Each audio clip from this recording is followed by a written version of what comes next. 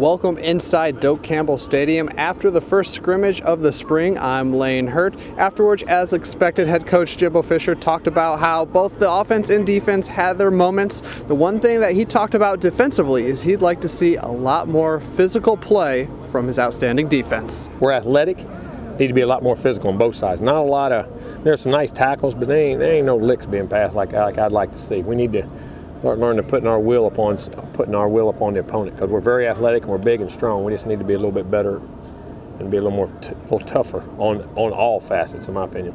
The early talk in the spring has been the move to offensive line by defensive tackle Cameron Irving. He has impressed the coaches as Jimbo Fisher talked highly about him early in the spring, while he is also impressing his teammates on the line. It's really neat to watch him be able to transfer over. I mean, I think offensive line is his calling, and being that he's played before, like he knows what it's like, and I think he'll be a good addition to the line. I mean, at first at steps, it was kind of awkward for him, but now it's starting to be more natural. Yeah, it's tough. I mean, he's out there blocking one of the best defensive ends in the country, but he got beat a few times and he won a bunch. I mean, he did a nice job. He did not have a bad day. We'll go watch the film before I can, because sometimes the only time you notice those guys when you're calling the game and stuff is when something bad happens. You know what I'm saying? But there were some nice things in the game. A lot of the upperclassmen, like wide receiver Rodney Smith, were looking forward to today's scrimmage. Of course, one of the things he wanted to see was how the young guys would adapt to playing against their teammates in a scrimmage situation. It's big, because the coaches want to see what you can do up under pressure, and